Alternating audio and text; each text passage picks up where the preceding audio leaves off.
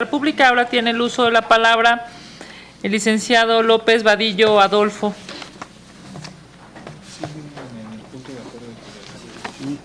Siguen en el punto de acuerdo de Culiacán. Doctor, adelante, tiene usted el uso de la palabra hasta por 5 minutos.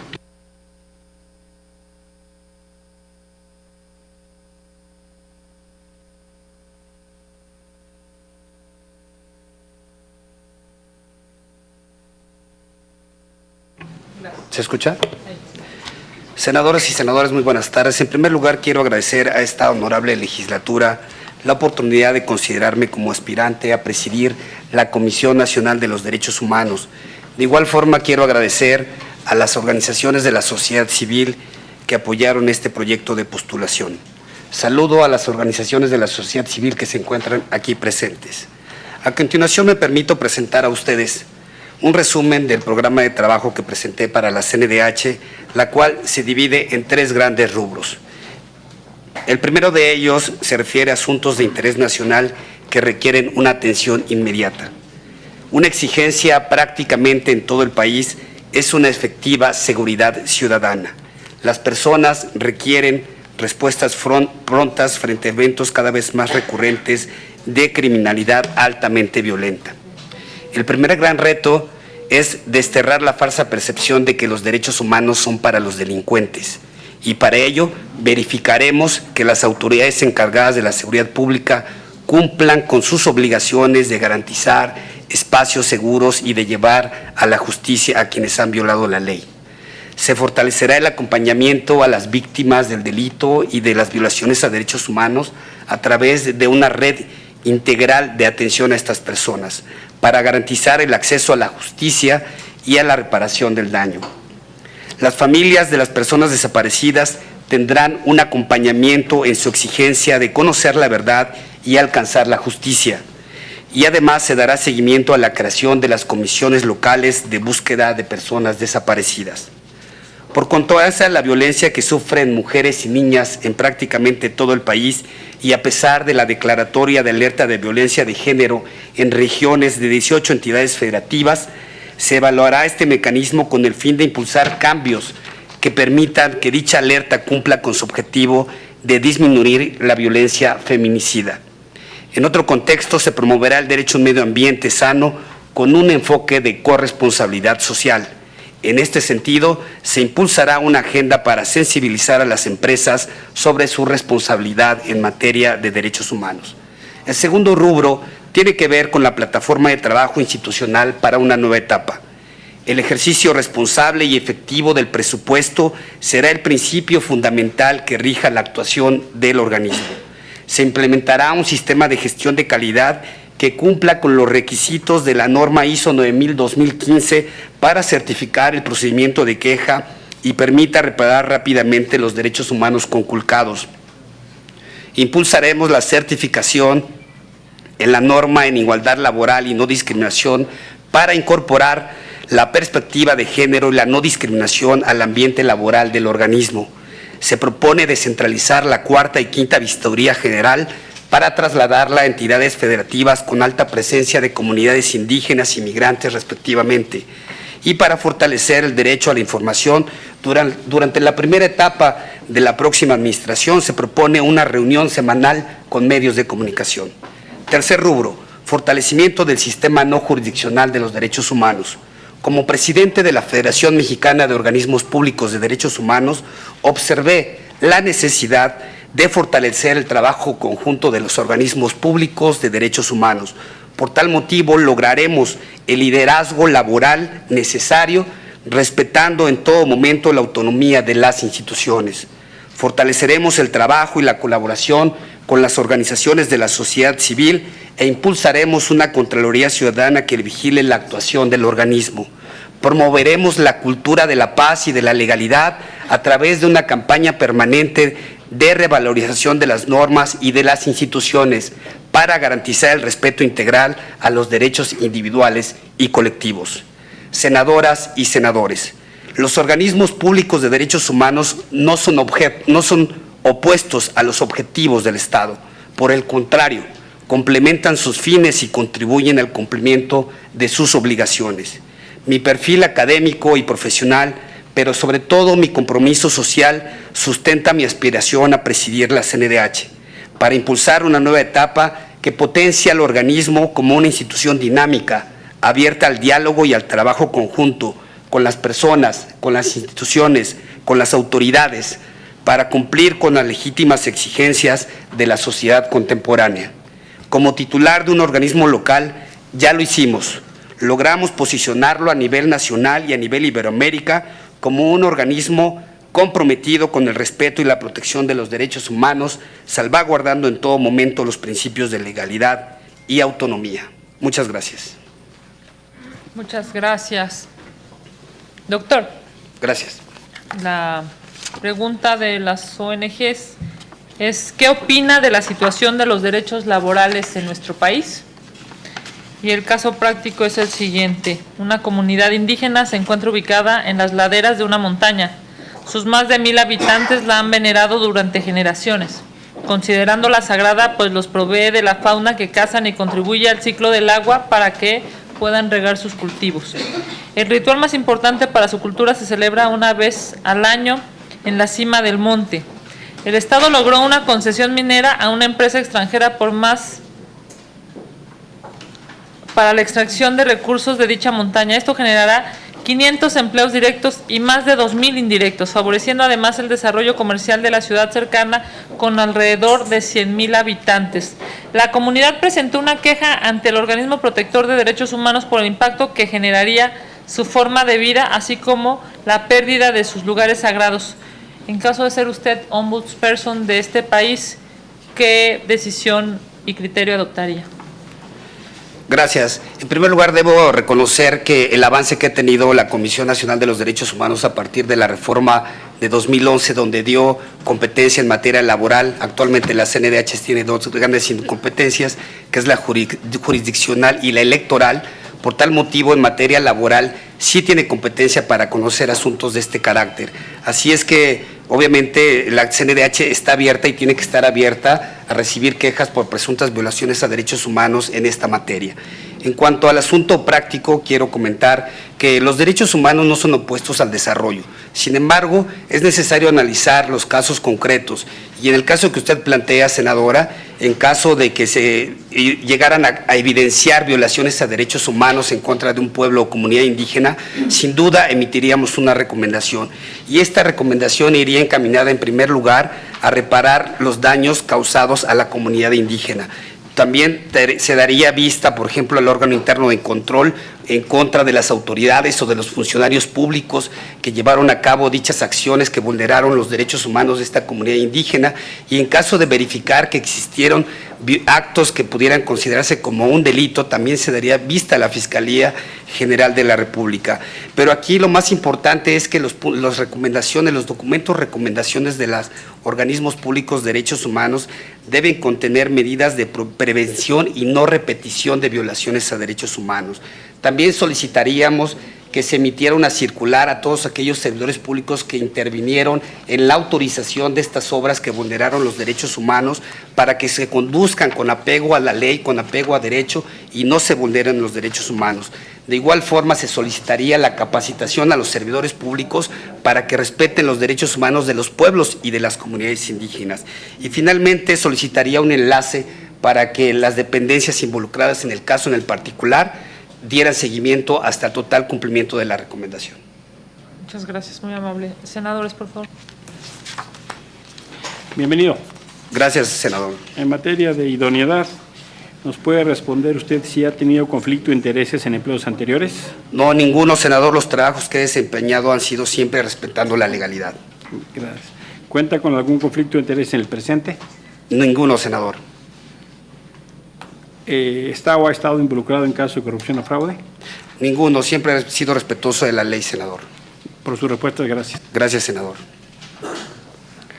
Doctor, ¿cuenta con independencia político-partidista? Totalmente. Creo en el Estado laico, senadora. ¿Cuenta con independencia religiosa? Totalmente, senadora. De mi parte es todo, Gracias, doctor. senadora.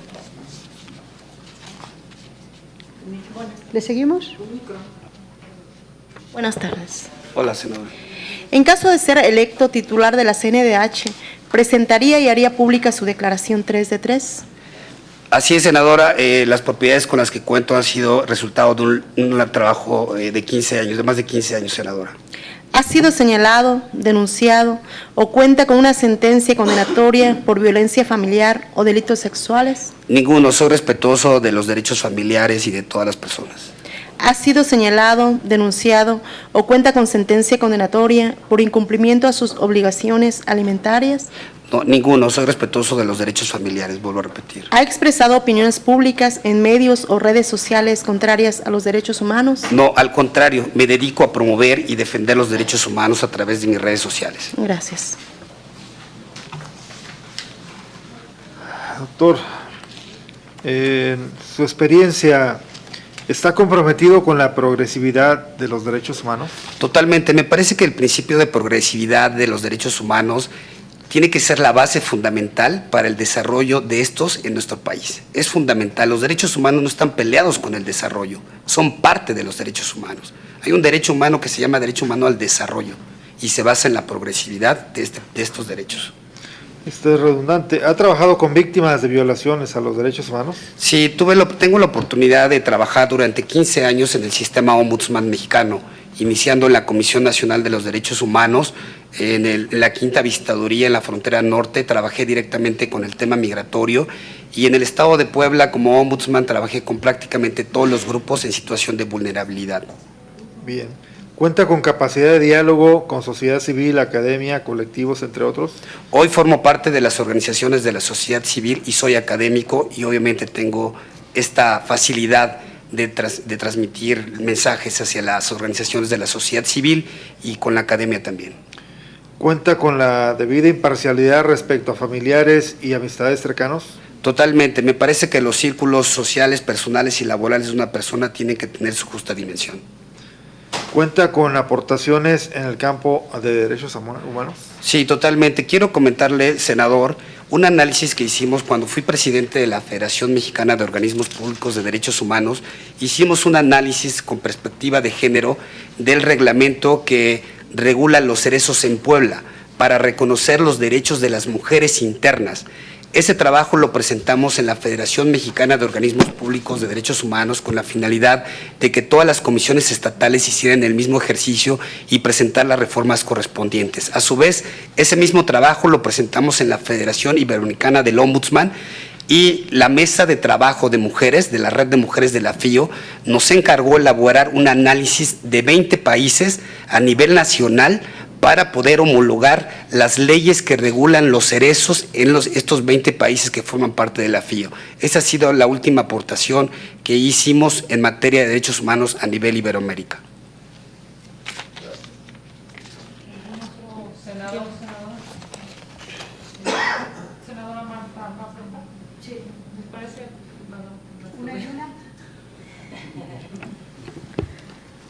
Doctor, dentro de su plan de trabajo, usted señala que hay asuntos de interés nacional y de atención inmediata, pero no contempla a las personas privadas de libertad, a la comunidad LGBT y a las personas con VIH. ¿Qué me puede decir al respecto?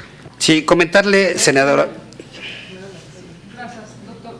Todas las preguntas que tendrá 4 minutos. Por favor, senadora. Doctor, usted ha colaborado con organizaciones sociales. ¿Cuál es la visión que hoy se tiene de la Comisión Nacional de los Derechos Humanos? ¿Y usted cómo cambiaría esa visión de llegar a la presidencia de la comisión? Gracias. Doctor, recomendaciones o actos vinculatorios.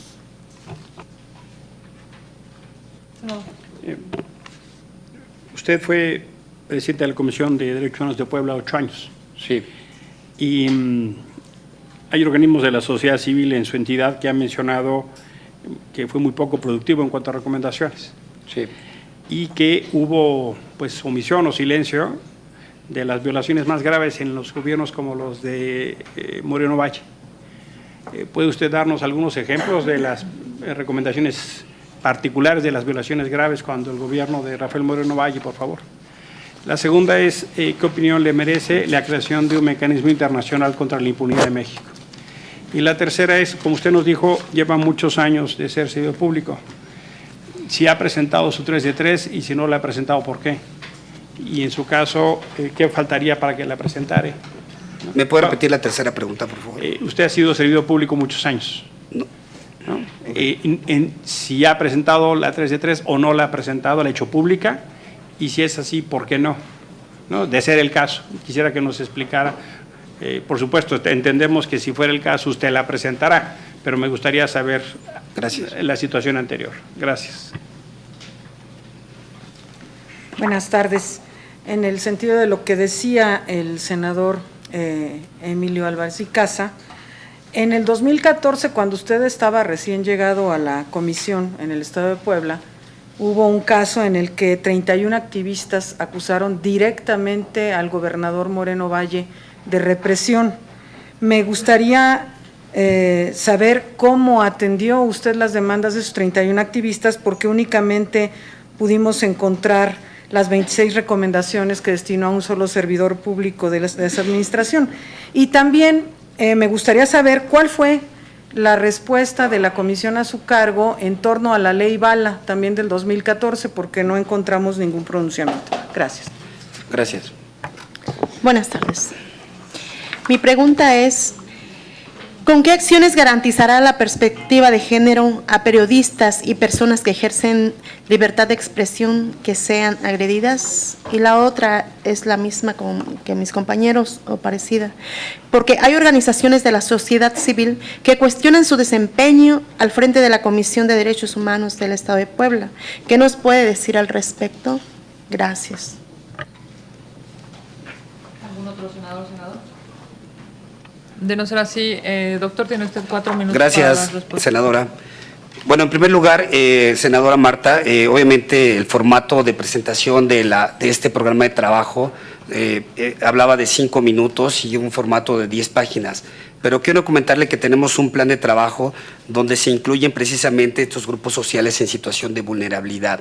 La atención inmediata, he de reconocer un estudio muy importante que actualmente tiene la CNDH, que es la armonización legislativa de instrumentos nacionales e internacionales, y eso nos puede dar mucha luz para poder impulsar reformas legislativas en el Congreso de la Unión para poder avanzar en mayor porcentaje de derechos humanos reconocidos en el orden jurídico mexicano. Entonces, estamos comprometidos jurídicamente, legislativamente, y a recibir todo tipo de quejas a favor de estos grupos sociales en situación de vulnerabilidad.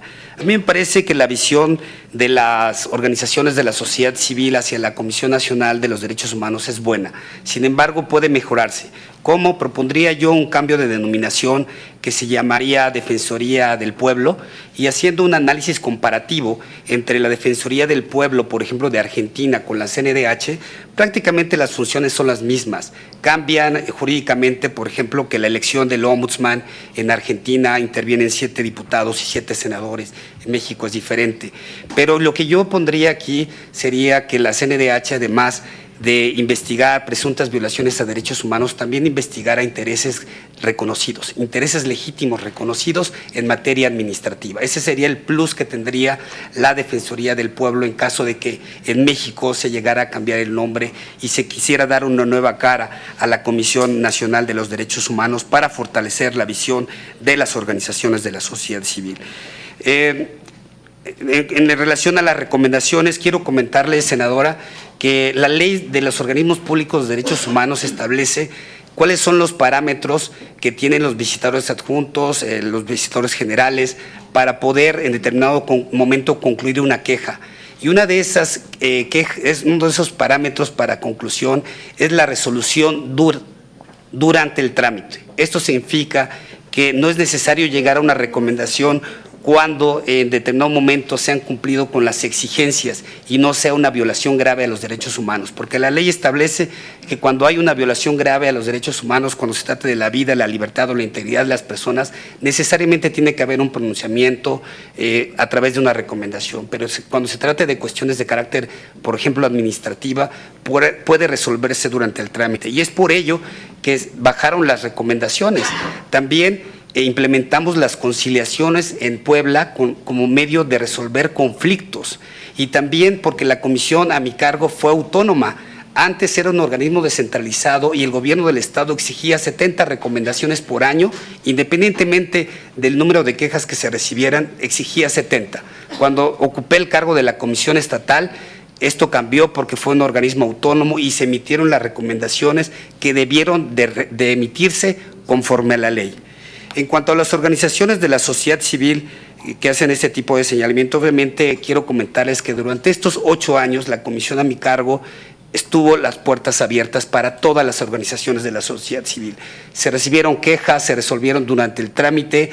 En ocasiones, vuelvo a repetir, no hubo necesidad de emitir recomendaciones porque se aplicaron las hipótesis legales establecidas en la ley, y claro que sí se emitieron recomendaciones en el gobierno que usted apunta, senadora. El mayor número de recomendaciones que se emitieron fueron por violaciones a derecho humano, la integridad física, tortura durante las detenciones. Le pido revisar estas recomendaciones y hay un mayor número de recomendaciones en este tema. Sí estoy dispuesto a presentar mi declaración 3 de 3 porque soy una persona transparente y precisamente los bienes que tengo actualmente han sido el fruto de mi trabajo y estoy dispuesto a presentarlo. En 2014 estos activistas presentaron una queja ante la comisión. Después, aquí hay un fenómeno que se dio durante estos 8 años. Presentaban quejas ante el organismo y posteriormente no eran ratificados. Recordemos que la ley de la Comisión de Puebla establece que cuando se presenta una queja, esta tiene que ser ratificada. Es una ley, eso lo dice la ley. La Comisión de los Derechos Humanos son organismos jurídicos, son organismos institucionales que tenemos que dar certeza jurídica a las personas y aplicar como dice la ley. Si en determinado momento las personas no ratifican la queja, y nosotros la seguiríamos investigando, se estaría violando la ley. Y en el caso en el que usted comenta, senadora, fue esta hipótesis legal.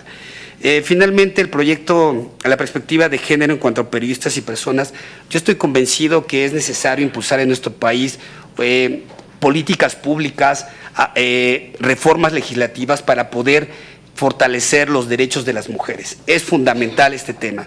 Y prueba de ello fue la alerta de violencia de género que pedimos en Puebla y como lo expliqué hace un momento, es necesario revisar este mecanismo para que cumpla con su objetivo. Porque en los 18 entidades federativas donde está la alerta de violencia de género, hay entidades, hay regiones donde a pesar de la alerta han aumentado los feminicidios.